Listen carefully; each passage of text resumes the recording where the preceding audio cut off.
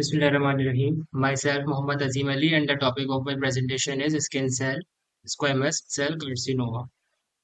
तो जब भी हम किसी डिजीज के कुछ पॉइंट्स हमारे जहन में आते हैं कि प्रेजेंटेशन के स्टार्ट में कि ये डिजीज जो है वो डिफाइन कैसे हो सकती है, इस डिजीज के जो है वो सिम्टम्स क्या हो सकते हैं, इसका इफेक्ट क्या होगा और ट्रीटमेंट के अंदर जो है वो क्या ये डिजीज कम्प्लीटली तौर पर क्योर हो सकती है या सिर्फ इसको कंट्रोल किया जा सकता है।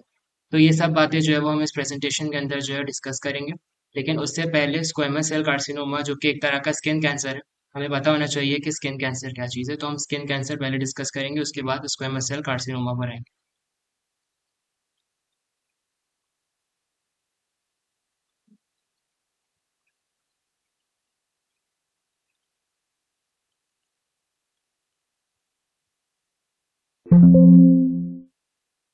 प्रेजेंटेशन की स्टार्ट जो है वो हम सूरह अल कहफ की आयत नंबर 3 से जो है वो कर रहे हैं।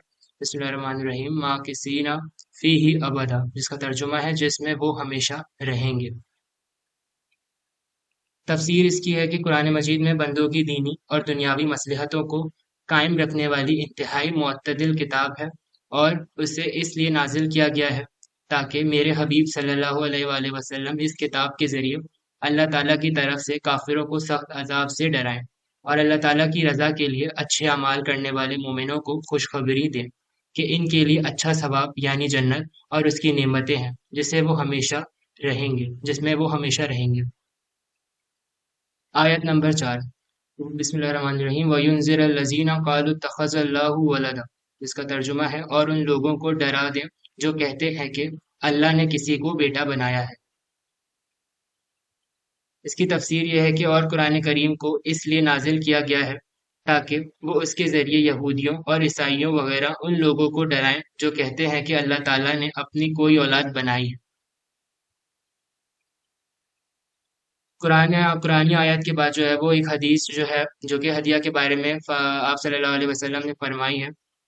उसकी उसका उसकी तशरीह ये है कि मतलब ये है कि हुजूर सल्लल्लाहु अलैहि वसल्लम को जब कोई मुहिब मुखलिस हदिया पेश करता तो आप खुशी से कबूल फरमाते थे और अल्लाह ताला के इरशाद हल जज़ा अल एहसान के मुताबिक इस हदिया देने वाले को खुद भी हदिया और तोहफे से नवाजा करते थे, ख्वाह इसी वक्त इनायत फरमाते या दूसरे वक्त। आगे दर्ज होने वाली बाज़ हदीसों से मालूम होता है कि आप सल्लल्लाहु अलैहि वसल्लम ने उम्मत को भी इसी तरह अमल की हिदायत फरमाई और बिलाशुबा मकारिम अखलाक का तकाजा यही है। लेकिन अफसोस है कि उम्मत में बल्कि खवास उम्मत में इस करियमाना सुन्नत का एहतमाम बहुत कम नजर आता है। Skin cell carcinoma. बॉडी में मौजूद हर मैकेनिज्म एक रेंज में अपना फंक्शन परफॉर्म कर रहा होता है। उस रेंज से कम या ज़्यादा अगर कोई चीज़ हो जाए तो वो उसकी एबनॉर्मेलिटी कंसिडर होती है। इसी तरह से ग्रोथ में एबनॉर्मेलिटी आ जाने का मतलब है कि उसकी ग्रोथ का ज़रूरत से ज़्यादा इंक्रीज होना और वो चीज़ कैंसर कहलाती है। अब एक क्वेश्चन जो आ सकता है वो ये है कि कैंसर सेल हमारी बॉडी में इफेक्ट कैसे कर रहा है। तो बेसिकली जो है वो उन न्यूट्रिएंट्स को इनटेक करना शुरू कर देते हैं जिनकी ज़रूरत हमारे बॉडी के दूसरे सेल्स को होती है। कैंसर सेल्स जो है वो दो तरह के होते हैं, एक होते हैं बिनाइन और दूसरे होते हैं malignant.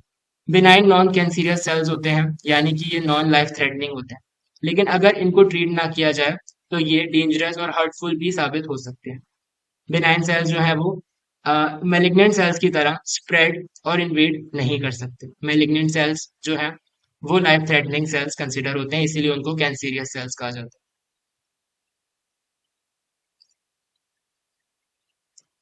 Carcinoma. Malignant epithelial tumors are also known as carcinomas, referring to the typical irregular jagged shapes. Jagged shapes basically वो shapes होती हैं जिनके edges जो है वो sharply uneven हो. This is due to the invasion into the adjacent normal tissues. Invasion means incoming or spread of something harmful.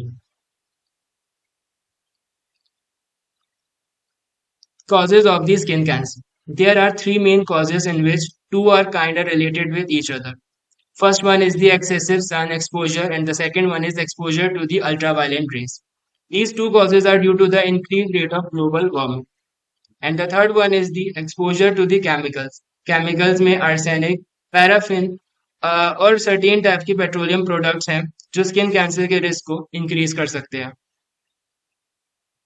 Skin cancer risk factors, इसमें से कुछ फैक्टर्स हमने अभी पहले वाली स्लाइड में डिस्कस कर लिया।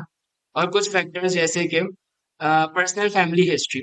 पर्सनल फैमिली हिस्ट्री के अंदर अगर किसी भी फैमिली में किसी एक बंदे को स्किन कैंसर हुआ है, चाहे वो किसी भी type का हो, तो इंडिविजुअल के अंदर जो है वो 10% चांस है कि उसको भी स्किन कैंसर को हो सकता है।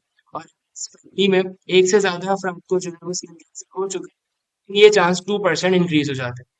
इसके अलावा एक्सपोजर टू दी रेडिएशंस के अंदर जो है वो अगर रेडिएशंस में आपके एक्सपोजर एक्सेसिव अमाउंट में हो रही है, इन रेडिएशंस में एक्सरेज भी शामिल हो सकती है, तो वो भी आपकी स्किन को डैमेज कर सकती है। इसके अलावा जो फैक्टर्स हैं जैसे कि ब्लू और ग्रीन आई, रेड और ब्लैक ईयर्स और फेयर स्किन, ये फैक्टर जो है वो स्पेशली मेलानोमिक कैंसर सेल्स के लिए होते हैं क्योंकि इनके अंदर मेलानिन की कमी होती है।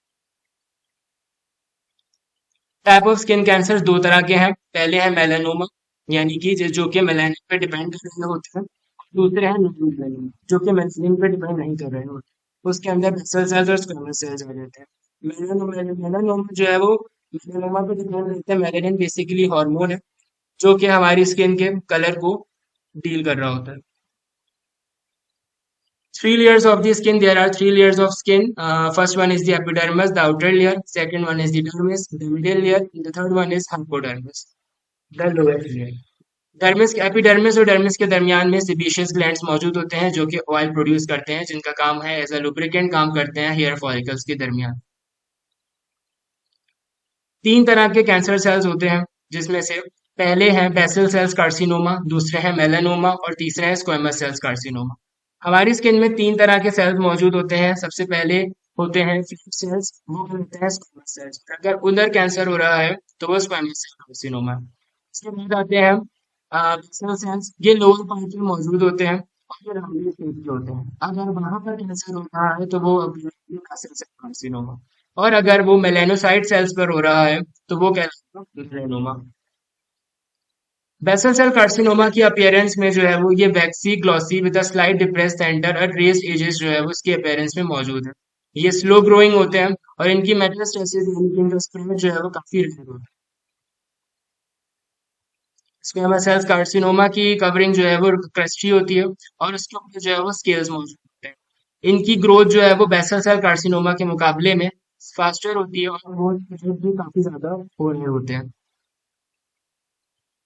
मेलानोमा की अपीयरेंस एसिमेट्रिकल है, इसके बॉर्डर जो है वो अनइवन है और इसका कलर जो है वो डार्कर है, और इसके डायमीटर भी जो है वो as compared to the cells मौजूद होता है। और आइडेंटिफिकेशन में भी जो है ये काफी जल्दी आइडेंटिफाई किया जा सकता है।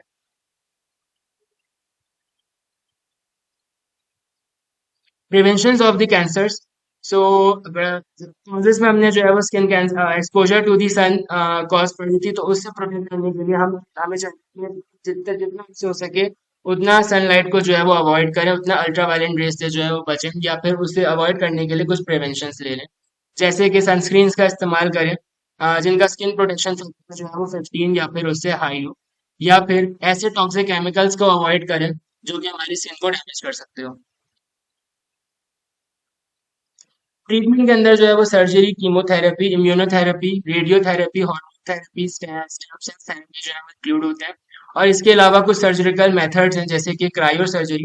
क्रायो सर्जरी बेसिकली ट्रीटमेंट है जिसके अंदर अ, जिसके अंदर जो है वो लिक्विड नाइट्रोजन और आर्गन की जाती है। ये बेसिकली एक कोल्ड ट्रीटमेंट होता है जो कि कैंसर टिश्यूज को डिस्ट्रॉय करने के लिए काम आता है। इसके अलावा जो है वो इलेक्ट्रो डेसिकेशन, कर्टेज, ईडीसी भी जो है वो यूज हो रहा होता है।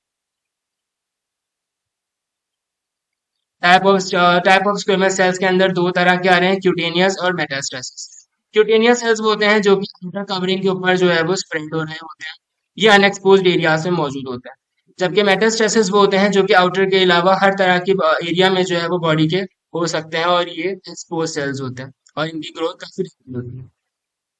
एपिडर्मियोलॉजी के अंदर जो है वो मेल्स के अंदर स्किन कैंसर जो है वो ज्यादा ऑब्जर्व जो है वो किया गया है। और इसका जो रेशो है वो क्योंकि ग्लोबल वार्मिंग का ratio air by air increase हो रहा है, इसकी वजह से स्किन कैंसर का रेशो भी हमें एयर मेल्स के अंदर जो है वो ज्यादातर जो स्किन कैंसर अफेक्ट कर रहा होता है वो चेस्ट रीजन पर कर रहा होता है, और फीमेल्स के अंदर जो है वो लेग रीजन पर जो है वो सबसे ज्यादा स्किन कैंसर जो है वो अफेक्ट कर रहा होता है। एटियोलॉजी के अंदर जो है वो इसके कॉमन कॉजेज में आ जाएगा tobacco, increase age, lighter skin, role of nutrients, low vitamin A, C, E, iron etcetera, immunosuppression, HPV infection. के अंदर इसके डीएनए डैमेज और पीएफ3 म्यूटेशन आ जाएगा। इसके बाद एक टर्मिनोलॉजी है जो कि है xeroderma pigmentation. Some patients has inherit condition that is xeroderma pigmentation. Xeroderma pigmentosum pigmentation is a genetic disorder characterized by an extreme sensitivity to ultraviolet rays of sun। यहाँ पर जो है वो प्रेजेंटेशन जो है वो खत्म होती है। Thank you so much. अस्सलाम वालेकुम।